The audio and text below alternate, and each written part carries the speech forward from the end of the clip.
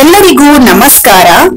ನಾನಿವತ್ತು ಬಾಳೆಕಾಯಿ ಬಜ್ಜಿ ಹೇಗ್ ಮಾಡೋದು ಅಂತ ಹೇಳ್ಕೊಡ್ತಾ ಇದ್ದೀನಿ. ಈ ಬಾಳೆಕಾಯಿ ಬಜ್ಜಿ ಮಾಡೋದು ತುಂಬಾನೇ ಸುಲಭ ಮತ್ತೆ ತುಂಬಾನೇ ರುಚಿಯಾಗಿರತ್ತೆ.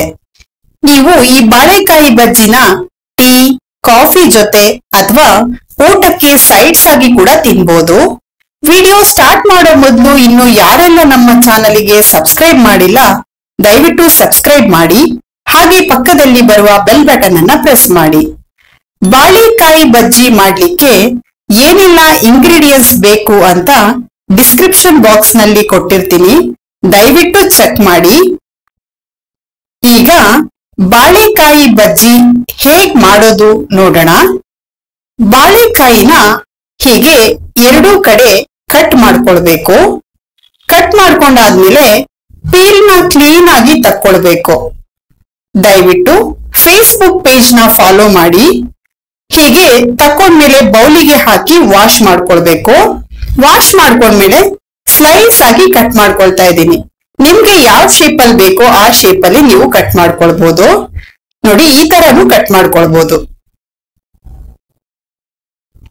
ಈಗ ಒಂದ್ ಪ್ಲೇಟ್ಗೆ ಅರ್ಧ ಟೀ ಸ್ಪೂನ್ ಅರಿಶಿನ ಪುಡಿ, ಅರ್ಧ tea spoon red chilli powder, ರುಚಿಗೆ ಎಷ್ಟು ಬೇಕೋ ನೋಡ್ಕೊಂಡು ಉಪ್ಪು,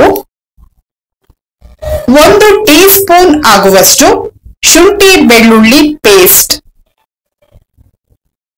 2 ಟೇಬಲ್ ಸ್ಪೂನ್ ಆಗುವಷ್ಟು ನೀರು, ಇದನ್ನೆಲ್ಲ ಹಾಕ್ಬಿಟ್ಟು ಚೆನ್ನಾಗಿ ಮಿಕ್ಸ್ ಮಾಡ್ಕೊಳ್ಬೇಕು. ಈ ತರ ಪೇಸ್ಟ್ ರೀತಿ ಮಾಡ್ಕೊಳ್ಬೇಕು. ಈಗ ಕಟ್ ಮಾಡ್ಕೊಂಡಿರೋ ಬಾಳೆಕಾಯಿ ಸ್ಲೈಸ್ ನ ಹಾಕೊಳ್ಬೇಕು. ಬಾಳೆಕಾಯಿ ಸ್ಲೈಸ್ ಅಲ್ಲಿ ನೀರಿನ ಅಂಶ ಇರಬಾರದು, ಎಲ್ಲ ಡ್ರೈ ಮಾಡ್ಕೊಂಡ್ಬಿಟ್ಟು ಹಾಕೊಳ್ಳಿ. ಹೀಗೆ ಹಾಕೊಂಡು ಎಲ್ಲಾ ಮಸಾಲಾನ ಹಚ್ಕೊಳ್ಬೇಕು. ಬಾಳೆಕಾಯಿಗೆ ಮಸಾಲ ಚೆನ್ನಾಗಿ ಹಿಡಿಯತ್ತೆ ಈ ತರ ಹಚ್ಚೋದ್ರಿಂದ. ಹಚ್ಬಿಟ್ಟು 10 ನಿಮಿಷ ಸೈಡ್ಗೆ ಎತ್ತಿಟ್ಕೊಳ್ಳಿ. ಈಗ ಒಂದು ಬೌಲ್ಗೆ 1 ಕಪ್ ಆಗುವಷ್ಟು ಕಡಲೆ ಹಿಟ್ಟು, 1/4 ಕಪ್ ಆಗುವಷ್ಟು ಅಕ್ಕಿ ಹಿಟ್ಟು. ನೀವು ಬೇಕಾದ್ರೆ ಕಾರ್ನ್ ಫ್ಲೋರ್ನು ಯೂಸ್ ಮಾಡ್ಕೊಳ್ಬಹುದು. ನಾನಿಲ್ಲಿ ಅಕ್ಕಿ ಹಿಟ್ಟನ್ನ ಹಾಕೊಂಡಿದ್ದೀನಿ. ಅರಿಶಿನ ಪುಡಿ ಅರ್ಧ tea spoon, red chilli powder 1 tea spoon, ರುಚಿಗೆ ಎಷ್ಟು ಬೇಕೋ ನೋಡ್ಕೊಂಡು ಉಪ್ಪನ್ನ ಹಾಕೊಳ್ಳಿ. ಬಾಳೆಕಾಯಿ ಪೇಸ್ಟಿಗೂ ನಾವು ಉಪ್ಪು ಹಾಕಿದೀವಿ, ಸೊ ನೋಡ್ಕೊಂಡ್ಬಿಟ್ಟು ಹಾಕೊಳ್ಳಿ. ಚಿಟಿಕೆ ಅಡಿಗೆ ಸೋಡಾ ತಗೊಂಡಿದ್ದೀನಿ. ಇದನ್ನೆಲ್ಲ ಹಾಕ್ಬಿಟ್ಟು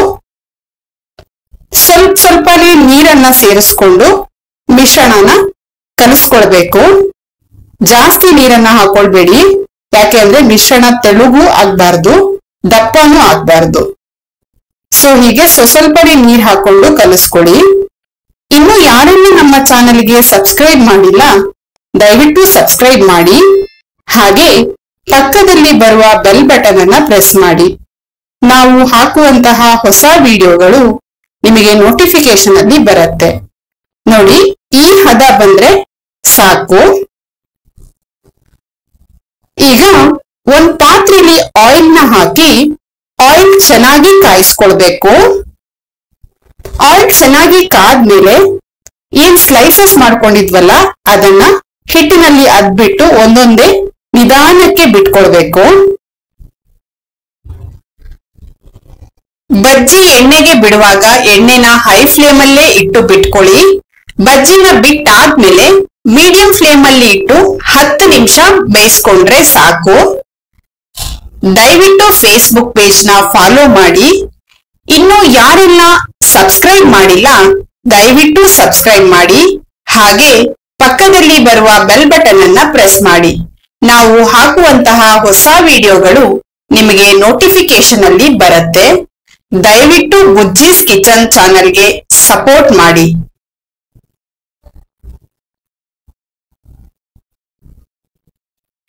ಬಜ್ಜಿ ಜೊತೆಯಲ್ಲಿ ತಿನ್ಲಿಕ್ಕೆ ಮಸಾಲ ರೆಡಿ ಮಾಡ್ಕೊಳ್ಳೋಣ.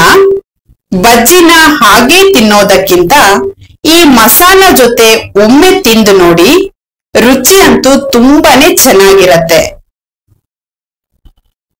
ಮಸಾಲಾನ ಹೇಗ್ ಮಾಡ್ಕೊಳ್ಳೋದು ನೋಡೋಣ.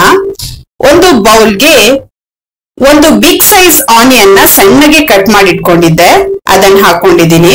ಒಂದು ಬಿಗ್ ಸೈಜ್ ಕ್ಯಾರೆಟ್ ನ ತುರಿದಿಟ್ಕೊಂಡಿದ್ದೆ, ಅದನ್ನು ಕೂಡ ಹಾಕೊಂಡಿದ್ದೀನಿ. ಸಣ್ಣಗೆ ಕಟ್ ಮಾಡಿರೋ ಕೊತ್ತಂಬರಿ ಸೊಪ್ಪು 2 ಟೇಬಲ್ ಸ್ಪೂನು, ರುಚಿಗೆ ಎಷ್ಟು ಬೇಕೋ ನೋಡ್ಕೊಂಡು ಉಪ್ಪು, ಮತ್ತೆ ಅರ್ಧ ನಿಂಬೆ ಹಣ್ಣಿನ ರಸ, ಇದನ್ನೆಲ್ಲ ಹಾಕಿ ಚೆನ್ನಾಗಿ ಮಿಕ್ಸ್ ಮಾಡ್ಕೊಂಡ್ರೆ ರುಚಿಕರವಾದ ಬಜ್ಜಿ ಜೊತೆಯಲ್ಲಿ ಹಾಕೊಳ್ಳೋ ಮಸಾಲ ರೆಡಿ ಆಗತ್ತೆ. ಇದನ್ನ ಬಜ್ಜಿ ಮೇಲ್ಗಡೆ ಹಾಕೊಳ್ಬೇಕು. ಬಾಳೆಕಾಯಿ ಬಜ್ಜಿ ಜೊತೆಯಲ್ಲಿ ಈ ಮಸಾಲ ತಿಂತಾ ಇದ್ರೆ ತುಂಬಾನೇ ರುಚಿಯಾಗಿರತ್ತೆ.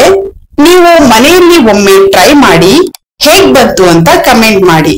ವಿಡಿಯೋನ ನಿಮ್ಮ ಫ್ಯಾಮಿಲಿ ಮತ್ತೆ ಫ್ರೆಂಡ್ಸ್ ಜೊತೆಯಲ್ಲಿ ಶೇರ್ ಮಾಡಿ. ದಯವಿಟ್ಟು ಚಾನೆಲ್ಗೆ ಸಪೋರ್ಟ್ ಮಾಡಿ. ಧನ್ಯವಾದಗಳು.